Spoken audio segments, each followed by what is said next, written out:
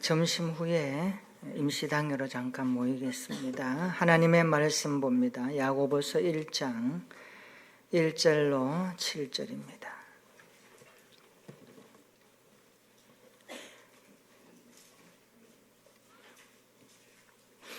야고보서 1장 1절로 7절. 우리 8절까지 오타 났는 것 같아요. 야고보서 1장 1절로 8절까지 우리 다 같이 한 목소리로 함께 한번 봉독합니다. 시작. 하나님과 주 예수 그리스도의 종 야고보는 흩어져 있는 12지파에게 문안하노라. 내 형제들아, 너희가 여러 가지 시험을 당하거든 온전히 기쁘게 여기라. 이는 너희 믿음의 시련이 인내를 만들어내는 줄 너희가 알미라. 인내를 온전히 이루라. 이는 너희로 온전하고 구비하여 조금도 부족함이 없게 하려 함이라. 너희 중에 누구든지 지혜가 부족하거든 모든 사람에게 후히 주시고 꾸짖지 아니하시는 하나님께 구하라. 그리하면 주시리라. 오직 믿음으로 구하고 조금도 의심하지 말라. 의심하는 자는 마치 바람에 밀려 요동하는 바다 물결 같으니 이런 사람은 무엇이든지 주께 얻기를 생각하지 말라. 두 마음을 품어 모든 일에 정함이 없는 자로다. 아멘. 좌우람 인사할까요? 환영합니다. 예배 자리에 잘 오셨습니다. 주님 만나고 돌아갑시다. 나태주 시인의 풀꽃이라는 시에 보면 아주 간단한데 참 우리에게 던지는 의미가 있습니다. 자세히 보아야 예쁘다.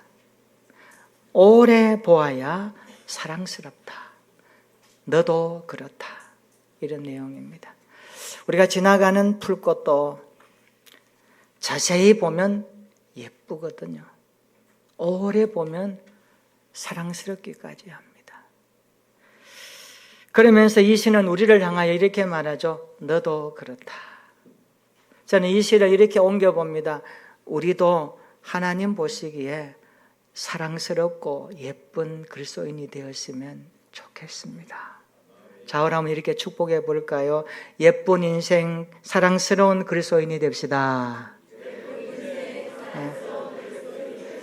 사랑하고 축복합니다. 믿음도 예뻐야 돼요. 가시도 치고 이러면 안 되잖아요. 예쁜 그리스도인, 성숙한 그리스도인, 하나님 보시기에 마음에 가는 그리스도인 되었으면 좋겠습니다. 독일의 철학자 쇼펜하우어가 이런 말을 했습니다. 인생을 향하여 한마디로 말합니다. 인생은 끝없는 전쟁이다. 인생은 끝없는 전쟁이다. 우리는 자신의 약점, 주변의 어려움, 여러 가지 시련, 고난, 역경과 싸우고 있습니다. 역경 없고 시련 없는 인생은 한 사람도 없을 겁니다. 오늘 본문에 야고보서 1장 1절에 보면 이것을 우리에게 위로나 하듯이 야고보는 이렇게 편지하면서 문안합니다. 1절 한번 읽어볼까요? 다 같이 야고보서 1장 1절입니다. 시작. 하나님과 주 예수 그리스도의 종 야고보는 흩어져 있는 12지파에게 문안하노라. 아멘. 야고보는 자신을 예수 그리스도의 종이라고 말합니다. 예수 그리스도의 종이다. 성경에 야고보라는 이름이 여러 나옵니다. 그런데 야고보서를 쓴 야고보는 누구냐 하면 예수님의 친동생 야고보입니다. 예수님의 친동생.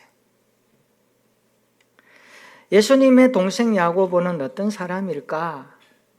복음서에 보면 예수님의 동생 야고보는 어떤 사람인지 많지는 않지만 성경에 이렇게 기록해 놓은 게 있습니다. 마가복음 3장 21절 그리고 31절로 35절에 보면 야고보는 예수님을 정신이 나갔다, 미쳤다, 그렇게 생각하고 예수님을 붙잡으러 간 적이 있습니다. 동생이 형님을 바라보는 시각이에요. 와, 우리 형님 지금 다니고 하는 거 보니까 정신이 이상해. 미쳤어. 내가 잡으러 갈 거야. 집으로 오라고. 그렇게 한 사람이 야고보예요. 심지어 야고보는 예수님을 보고도 믿지 않았습니다. 같이 살면서 예수님이 하나님의 아들인데 믿지 않았어요. 여러분, 가족이 형제를 못 믿으면 어떤 일이 일어납니까? 굉장히 불편하죠. 이런 일이 예수님의 가족 가운데 있었다는 거예요. 동생 야고보는 예수님을 보고도 안 믿었습니다. 그래서 요한복음 7장 5절에 보면 이렇게 말씀합니다. 이는 그 형제들까지도, 그 형제가 누굽니까? 예수님의 혈육을 가진 육신의 형제들도 예수를 믿지 아니함이더라. 이렇게 말씀합니다. 예수님이 가까이 있다고 다 믿는 건 아니거든요.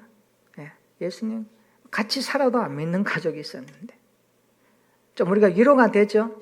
그런데 참 중요한 것은요, 어떻게 된 건지 이런 동생 야고보가, 예수님을 미쳤다고 했던 야고보가 오늘 야고보서를 편지하면서 주 예수 그리스도라고 말합니다. 그 형님 예수를 야고보가, 동생이 주 키리오스, 이 단어는 뭡니까? 예수님은 하나님과 동등하신 분이다, 이런 뜻입니다. 우리가 주님 그럴 때 주님은 이 땅에 오신 하나님이십니다.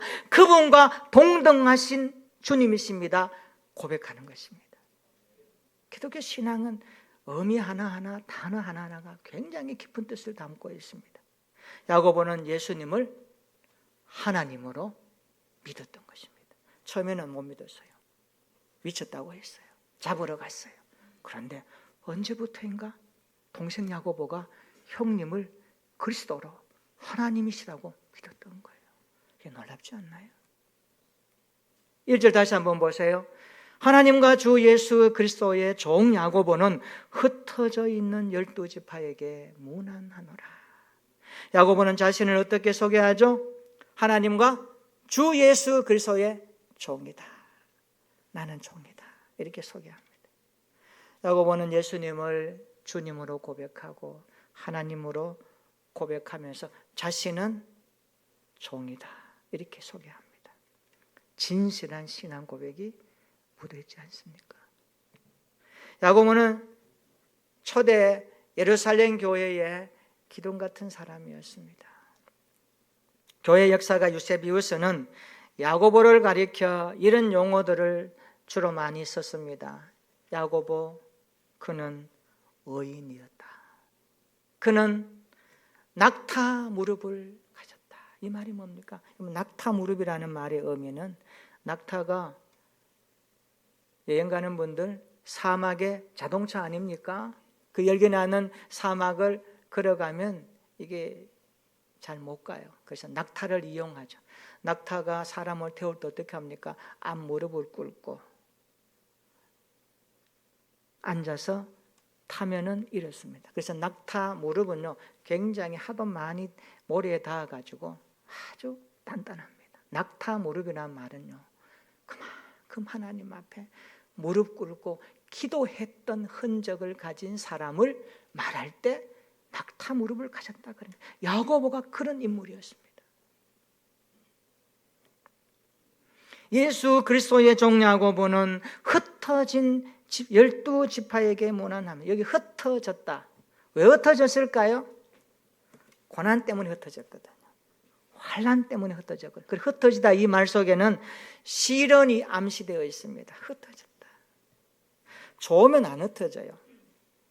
근데 뭔가 막 채찍을 가하고 어려움이 오면 흩어지게 돼 있어요. 우리 한번 보세요. 코로나19 때 얼마나 사람들이 흩어져야 했습니까? 같이 모일 수 없었습니다. 코로나19라는 바이러스가 이 지구에 들어오니까, 사람에게 들어오니까, 전파되니까 못 모이는 거예요. 자, 흩어지고 거리 두기 하고 마스크 끼고 이런 겁니다. 어려움이 있었다는 거예요. 야고보는 스데반의 순교 이후에 박해를 피해서 흩어져 있던 디아스포라 유대인들에게 편지하고 있습니다. 문안하는 거예요. 그 편지가 야고보 성경입니다. 2절 한번 읽어볼까요? 2절입니다. 시작. 내 형제들아, 너희가 여러 가지 시험을 당하거든 온전히 기쁘게 여겨라. 흩어진 그들은 시험을 당하고 있습니다. 시험을 당하고 있습니다. 여기 시험에 해당하는 헬라어가 페이라스 모이스라는 단어인데 제가 찾아보니까 두 가지 뜻이 동시에 들어있는 단어입니다. 이 단어는 외부적으로 오는 시련이라는 의미도 있고 내부로부터 오는 시험, 다시 말해서 죄에 대한 유혹을 포괄하는 단어인데 여기서는 시련이라는 단어로 쓰였습니다. 시련이라는 단어로. 2절 다시 보세요. 내 형제들아, 너희가 여러 가지 시험을 당하거든 온전히 기쁘게 여겨라. 여기 여러 가지 시험, 여러 가지 시련이라는 말 속에 무엇을 내포하고 있습니까? 한두 가지가 아니에요. 여러 가지. 이런 겁니다. 신앙생활 하는 것은요, 한두 가지 문제를 가지고 사는 게 아니에요. 우리가 믿음 생활 하다 보면 여러 가지